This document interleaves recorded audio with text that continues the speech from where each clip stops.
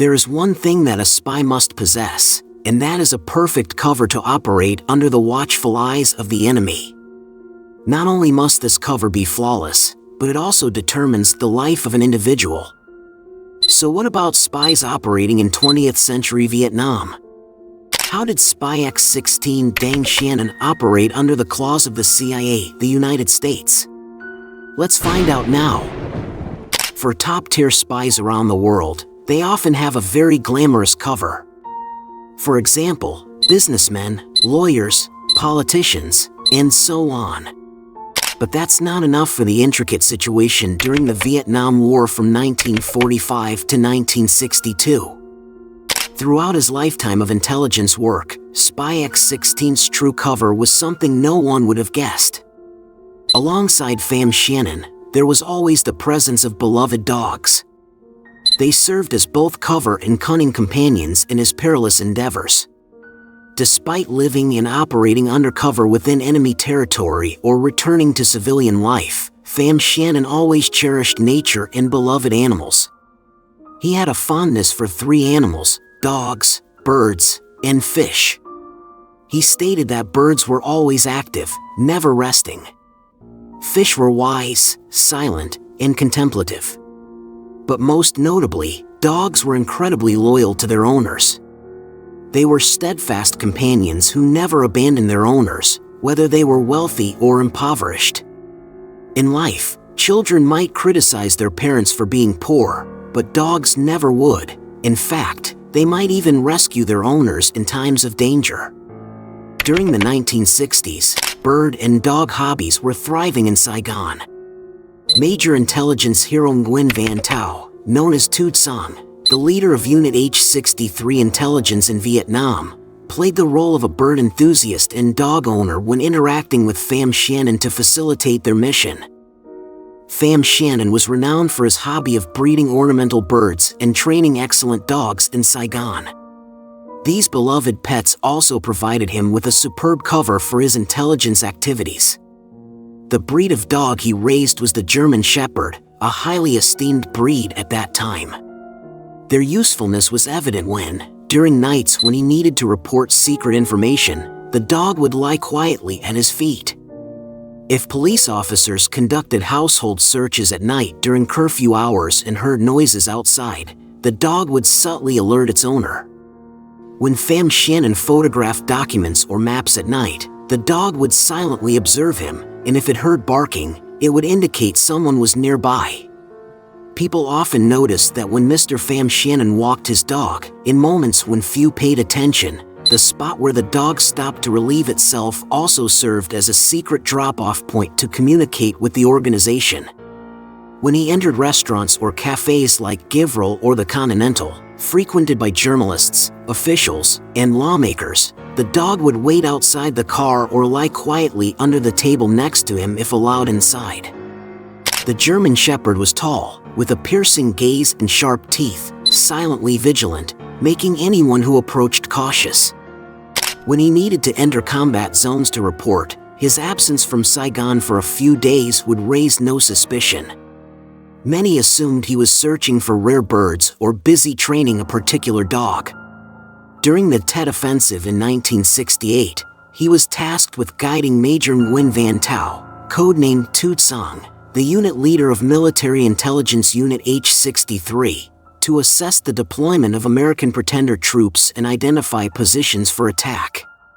Pham Xuan An created a safe cover for intelligence officer Tu Tsang, who posed as a caretaker at a rubber plantation in Dao Tieng, with a passion for bird keeping and dogs. The two often met at the Victory Restaurant, now Tang Loi Restaurant, on Ham Gi Street, District 1, Ho Chi Minh City. It was an upscale venue where gentlemen gathered to discuss beautiful birds and precious dogs. When the place was quiet, the two intelligence officers exchanged mission details. The tables were spaced 3 to 4 meters apart, making conversations convenient. Sometimes, Pham Xuan An would transport Tu Tsang in his Renault 4 car, with the large German Shepherd dog in the back. This dog was a gift from a French capitalist to Nguyen Chao Kai, who was then the chairman of the Judicial Committee, equivalent to a prime minister. Pham Xuan An admired this dog and believed it could be helpful to him. He devised a plan, discussing with the dog's caretaker at Independence Palace to make the dog sick and scabby to be disposed of. Pham Xuan An promised the caretaker 3,000 dong. The dog was sold off and came into Pham Xuan An's possession. After a period of care and nurturing, the dog recovered and returned to normal. It was beautiful and agile as before. Pham Xuan An took the dog everywhere he went. Seeing the majestic dog, everyone respected its owner. The dog was very intelligent. When entering a restaurant, Pham Xuan An would stand up, and it would immediately follow. Pham Xuan An would say, "Arites la," that mean, "Stop there," and it would understand to stand still. Every movement followed the owner's command. Since it was a French breed, Pham Xuan An used French commands to control it. Later on, Pham Xuan An also raised a smart German Shepherd dog. This dog was highly valued, and he had to buy it for 30 gold bars. When Pham Xuan An was working indoors, even if someone's footsteps were several hundred meters away, it would alert him. At night, while Pham Xuan An was copying documents or films, if there was a stranger, it would wake up and bark to alert him. He always brought it along as a close friend, even on Tet holidays. When visiting officials or military leaders of the puppet government, he would also bring the dog along. To avoid offending anyone, he would jokingly say, "Not bringing my wife, but bringing the dog is very lucky." Journalists and writers, when writing about Pham Xuan An, often include details about his dog. It's portrayed as a close and loyal companion by his side. Even after his passing, people want to sculpt a statue of the hero Pham Xuan An, with a dog accompanying him. Pham Xuan An's boxer dog was so renowned that even the female dogs of Saigon's tycoons had to queue up at his house to breed with it. It fetched a price of 7 taels of gold for one mating session initially, but as demand soared, he reduced it to 5 taels. The boxer's prestige wasn't solely due to its intrinsic value, but rather the extravagance of its owners. And remarked, back then, it was like that. All you needed was the reputation. With reputation, you had it all. In the Saigon of that era, owning a burger dog became a status symbol for those with mansions and cars. The burger wasn't kept for guarding purposes, but rather as a display of opulence.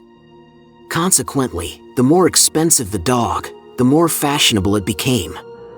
Although Mr. An wasn't in the dog business, many aspirants for prestigious dogs had to consult him, as his endorsement determined the price.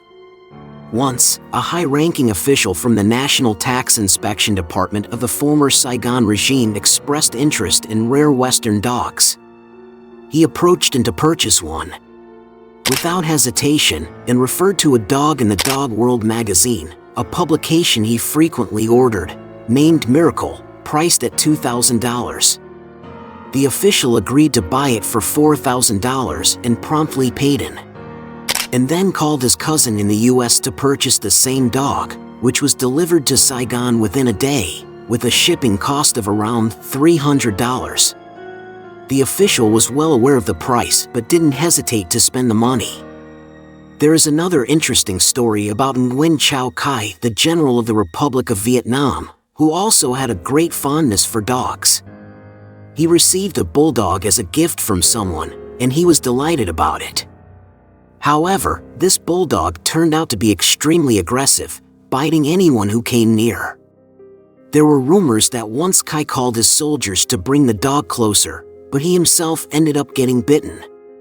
Furious, Kai called his cousin, Dr. Da, a close veterinarian friend of Pham Xuan An, and told him, "Tell whoever dares to come near the dog that I will have them tied up." Pham Xuan An was well aware of the story about Kai's bulldog. One day, he approached the dog, and strangely, it didn't show any aggression but instead barked softly. As he got closer, the dog wagged its tail while barking. When he got close enough, it only wagged its tail in a friendly manner. So, and took it with him, leaving the soldiers bewildered. when asked about the secret of how Super Spy X16 tamed the dog, and chuckled, revealing, "The secret is quite simple." He went on to explain, when the female dog is in heat, it secretes a substance that all male dogs react to. On the 9th day of that cycle, the secretion is at its peak. I just need to take a cloth, soak it with that substance, and rub it on my pants. With a dog's heightened sense of smell thousands of times more sensitive than humans, even after washing the pants multiple times, it remains attractive to male dogs. So, I just wore those pants and went to Kai's house. Naturally, Nguyen Chao Kai was also surprised, unable to understand what Mr. An had done to tame the dog, but he still kept his promise and gave the dog to An. It was one of the most fascinating stories of An.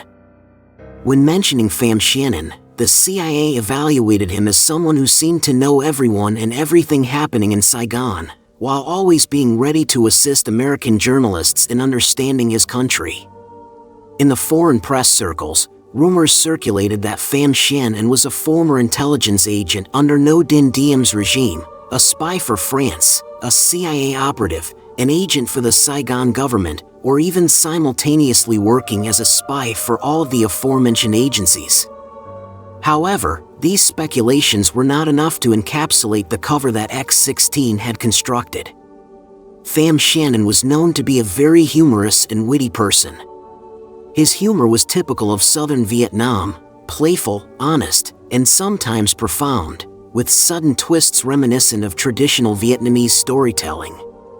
He would even tell amusing stories about how Americans feared Vietnam's harsh weather conditions.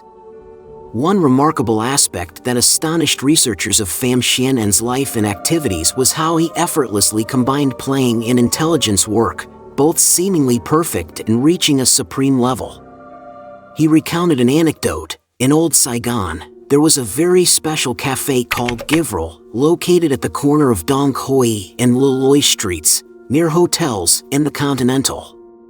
It was one of the epicenters of the era, where politicians, military leaders, journalists from both home and abroad, as well as various intelligence agencies including the CIA, British, French, Taiwanese, and even the Viet Cong intelligence, gathered for information gathering and networking. Here, Pham Xuan An had a table reserved specifically for him by the cafe owner, making him one of the centers of the cafe. In the mornings, he would bring his burger dog and sit there, often swearing loudly. Occasionally, there were hostesses and dancers who would come to sit with him, seeking refuge whenever chased by the police. Naturally, Givril fell within the surveillance scope of the Central Special Committee's intelligence branch. They sent people to monitor and record anyone making statements favorable to the communists. Aware of this, Pham Xuan An would cleverly protect those he suspected to be pro-communist by speaking loudly, drowning out everyone else's voices. Consequently, the audio recordings brought back would contain nothing but the sounds of laughter, conversation, and swearing from Pham Xuan An. Those from the special committee blamed him for hindering their work, but he simply laughed it off, saying, "How would I know those guys were there to record?" As a result, even CIA operatives had to admit defeat, unable to gather any useful information from Pham Xuan An. Indeed, each intelligence agency in a country has its own unique characteristics. Not as polished as James Bond, nor as seductive as the Soviet female spies. However, X16 always managed to evoke admiration and awe. Even though he is no longer alive, the contributions Pham Xuan An made to the nation of Vietnam are undeniable. As for you, did you find this story interesting? Feel free to leave a message.